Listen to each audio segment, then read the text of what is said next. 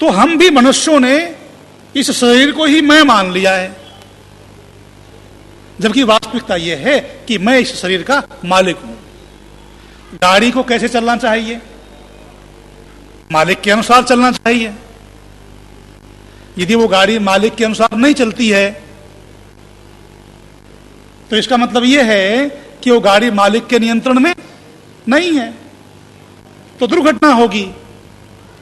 तो यदि मेरे शरीर की इंद्रियाणी हयान आहु, इंद्रियों को घोड़े कहा गया, गाड़ी में इंद्रियों को, पहियों को घोड़े कह लो।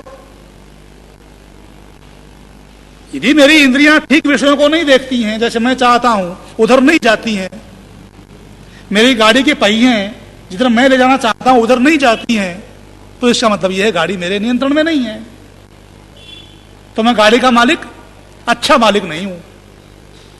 इसी प्रकार से मेरा शरीर मेरे नियंत्रण में यदि नहीं है तो मैं अच्छा आत्मा नहीं हूं।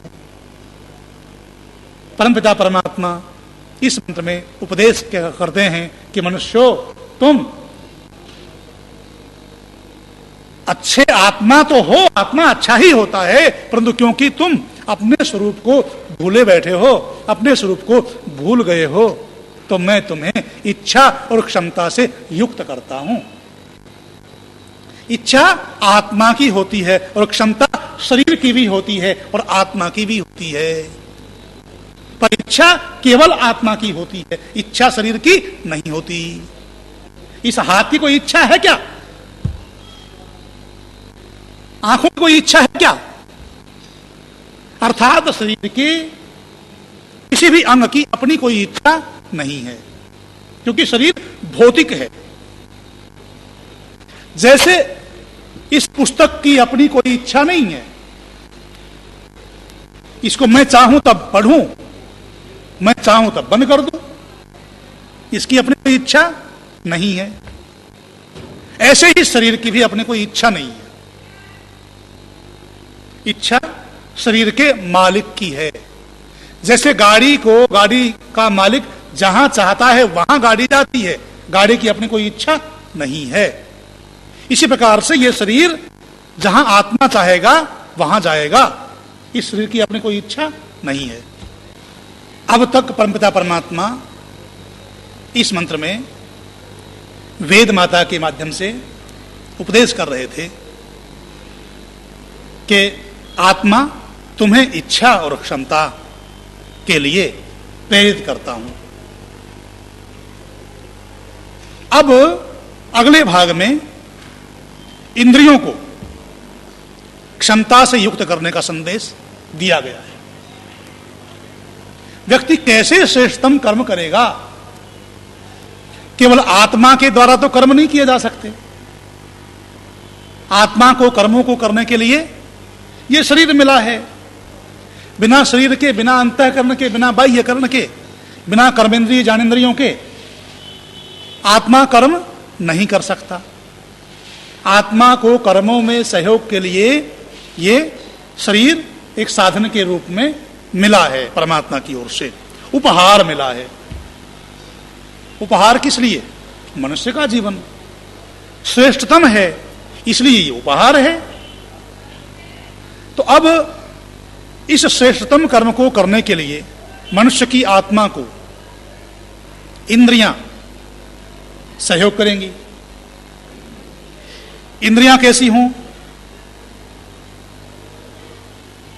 अगला भाग कहता है, आप्याय ध्वमग्न्य इंद्राय भागम प्रजावती रनमीवा अयक्ष्मा।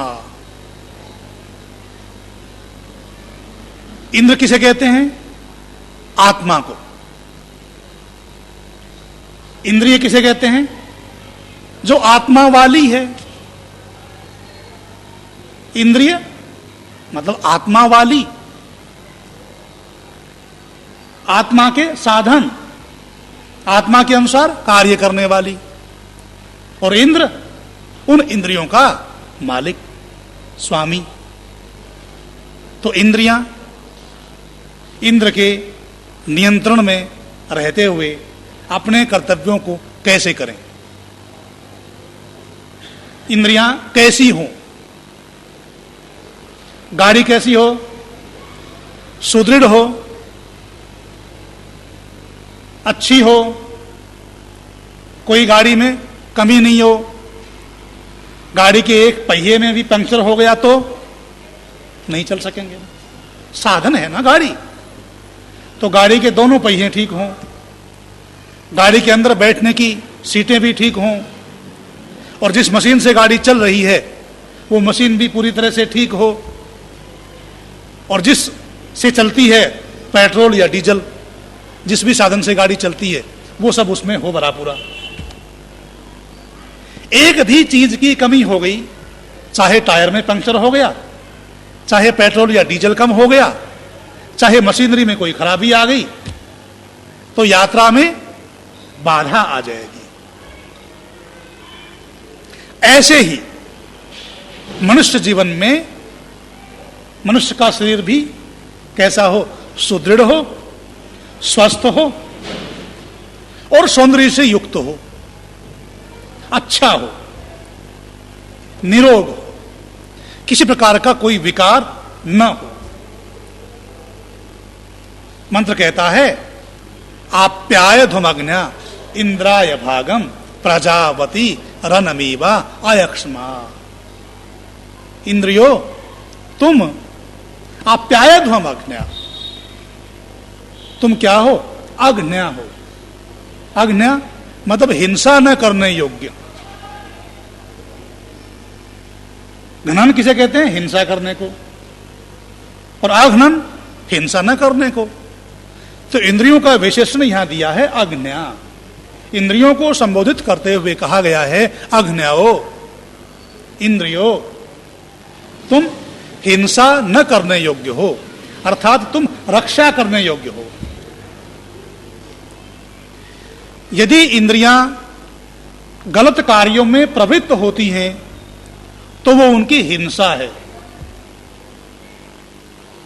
श्रेष्ठतम कार्यों के करते हुए इंद्रियों की पुष्टि होती है, इंद्रियां स्वस्थ होती हैं, सुदृढ़ होती हैं, और निकृष्ट कार्य करते हुए इंद्रियां अस्वस्थ होती हैं,